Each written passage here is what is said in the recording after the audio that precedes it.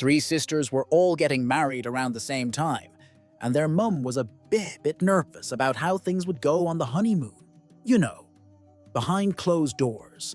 So she asked each of them to send a postcard with just a few words describing how things went. With code words, of course. The first daughter sent a card from Hawaii just 2 days after the wedding. It simply read, Nescafe. Mum looked puzzled, then walked into the kitchen, picked up the coffee jar, and read the label. Great from beginning to end. She blushed, but smiled. A week later, a postcard arrived from the Maldives from the second daughter. It said only, Rothmans. Mum went straight to her husband's cigarette pack and read, super strong, king size. Now that made her blush harder. But again, she was happy for her daughter.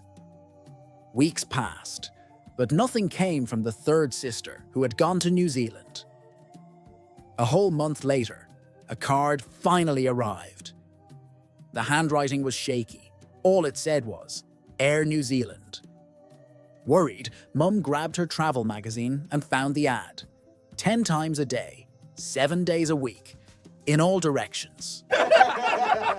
A young man was always self-conscious about the size of his cough, and it kept him from ever having the confidence to be intimate.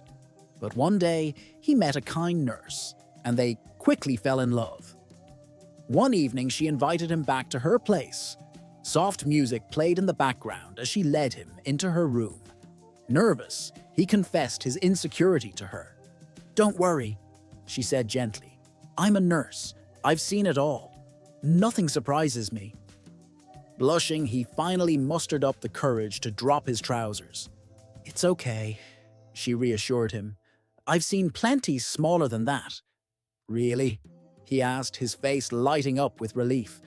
She nodded with a chuckle and said, "Yes, I used to work in the maternity ward."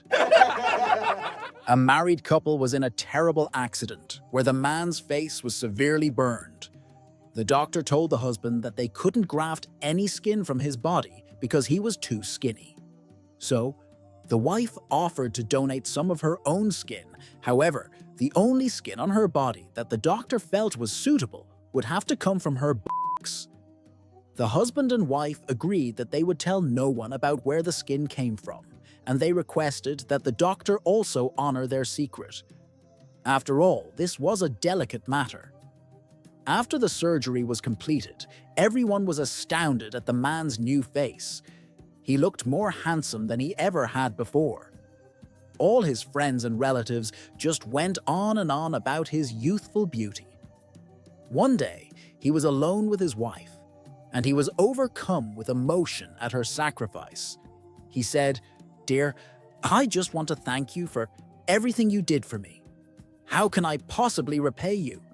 "My darling," she replied, "I get all the thanks I need. Every time I see your mother kiss you on the cheeks." Betty's washing machine broke down, so she called a repairman. She told him, "I'll leave the key under the mat.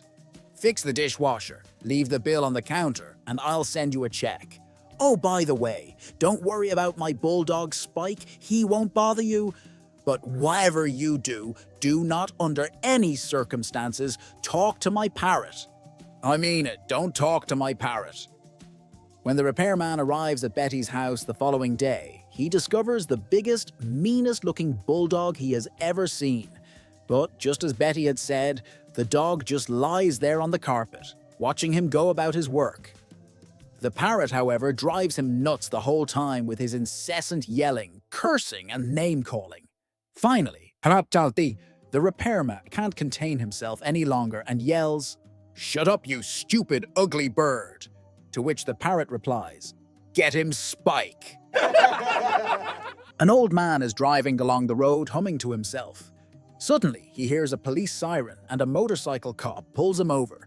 He can't imagine what could be wrong. "Sir, do you realize that you left your wife behind in the gas station?" "I did? I am so relieved." "You're relieved you drove off without your wife?" The gent nods. "But didn't you sense something was wrong?" "Yes, I thought I'd gone deaf." So there are three brothers.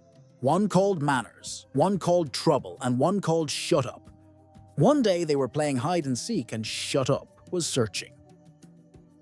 He found Manners very quickly, so they searched for their brother. They looked for hours and still couldn't find him, so eventually they went to the police station. Manners was shy, so he stayed outside, but Shut Up went in to talk to an officer. Officer: "Hello, young man. What's your name?" "Shut up, shut up." Officer: "How rude. Where are your manners?" "Shut up. Waiting outside." Officer: "And what are you doing here then?" "Shut up. I'm looking for trouble." A priest was being honored at his retirement dinner after 25 years in the parish. A local politician and member of the congregation was chosen to make the presentation and to give a little speech at the dinner. However, he was delayed, so the priest decided to say his own few words while they waited. "I got my first impression of the parish from the first confession I heard there. I thought I had been assigned to a terrible place. The very first person who entered my confessional told me he had stolen a television set, and when questioned by the police, was able to lie his way out of it. He had stolen money from his parents, embezzled from his employer, had an affair with his boss's wife, and taken illegal drugs. I was appalled. But as the days went on, I learned that my people were not all like that. I had indeed come to a fine parish full of good and loving people." Just as the priest finished his words, the politician arrived full of apologies at being late. He immediately began to make the presentation and gave his talk. "I'll never forget the first day our parish priest arrived," said the politician. "In fact, I had the honor of being the first person to go to him for confession." A young woman went to confession, looking a bit flustered. "Forgive me, Father, for I have sinned," she said. The priest gently replied, "Go ahead, my child. Confess your sins and be forgiven." She took a breath and said, "Last night, my boyfriend and I, we made passionate love 7 times." The priest paused, clearly deep in thought. After a moment, he said, "All right, I want you to go home, squeeze 7 lemons into a glass, and drink the juice." The young woman blinked. "Will that cleanse me of my sins?" He smiled and said, "No, but it might wipe that grin off your face." A young woman went to confession, looking a bit flustered. "Forgive me, Father, for I have sinned," she said. The priest gently replied, "Go ahead, my child. Confess your sins and be forgiven." She took a breath and said, "Last night, my boyfriend and I, we made passionate love 7 times." The priest paused, clearly deep in thought. After a moment, he said, "All right, I want you to go home, squeeze 7 lemons into a glass, and drink the juice." The young woman blinked. "Will that cleanse me of my sins?" He smiled and said, "No, but it might wipe that grin off your face." A man walks into a pet store and says, "I want a pet that can do everything." The owner suggests a dog. The man shakes his head. "A dog? Nah." The owner says, "Okay, how about a cat?" The man rolls his eyes. "Definitely not. I need something more impressive. I mean everything." The shop owner thinks for a second and says, "I've got just the thing, a centipede." The man blinks. "A centipede? Seriously? Fine, I'll give it a try." He takes the little guy home and says, "All right, first task, go clean the kitchen." 30 minutes later, he checks the kitchen, and it's spotless. Dishes done, counters shining, floor sparkling. The man is amazed. Next, he tells the centipede, "Now go clean the living room." 20 minutes later, the carpet's vacuumed, pillows are fluffed, furniture dusted, even the plants are watered. The man is blown away. This is the best pet ever. It really can do everything. So finally he says, "Hey buddy, run down to the corner store and grab me a newspaper." The centipede walks out the door. 10 minutes go by, no centipede. 20 minutes, still no sign. 30 minutes? Nothing. Now the man's getting worried. At 40 minutes, he opens the front door, and there's the centipede, just sitting there. He says, "Hey, I told you to get me a newspaper 40 minutes ago. What happened?" The centipede looks up and says, I'm going. I'm just putting on my shoes." Two old friends were just about to tee off at the first hole of their local golf course when a guy carrying a golf bag called out to them, "Do you mind if I join you? My partner didn't turn up." "Sure," they said. "You're welcome." So they started playing and enjoyed the game and the company of the newcomer. Partway around the course, one of the friends asked the newcomer, "What do you do for a living?" "I'm a hitman," was the reply. "You're joking," was the response. "No, I'm not," he said, reaching into his golf bag and pulling out a beautiful Martini sniper's rifle with a large telescopic sight. "Here are my tools." "That's a beautiful telescopic sight," said the other friend. "Can I take a look? I think I might be able to see my house from here." So he picked up the rifle and looked through the sight into the direction of his house. "Yeah, I can see my house all right. This sight is fantastic. I can see right in the window. Wow, I can see my wife in the bedroom. Ha ha, I can see she's naked. Wait a minute, that's my neighbor in there with her. He's naked too." He turned to the hitman. "How much do you charge for a hit?" "I'll do a flat rate for you. $1,000 every time I pull the trigger. Can you do 2 for me now?" "Sure, what do you want?" "First, shoot my wife. She's always been mouthy, so shoot her in the mouth. Then the neighbor. He's a friend of mine, so just shoot his willy off to teach him a lesson." The hitman took the rifle and took aim, standing perfectly still for a few minutes. "Are you going to do it or not?" said the friend impatiently. "Just be patient," said the hitman calmly. "I think I can save you $1,000 here." As a man walked through the city, he was approached by a scruffy, disheveled bum who asked, "Sir, could you spare a couple of dollars for dinner?" The man took out his wallet, pulled out $2 and asked, "If I give you this money, will you spend it on whiskey?" "No, sir," the bum replied. "I gave up drinking years ago." "Will you use it to gamble?" "Absolutely not. Every penny I get goes towards surviving." "What about golf? Will you spend it on greens fees?" "Are you crazy?" the bum scoffed. "I haven't played golf in 20 years. The man nodded, then put the money back in his wallet. "I'm not going to give you $2, he said. "Instead, I'm taking you home for a great meal cooked by my wife." The bum's eyes widened.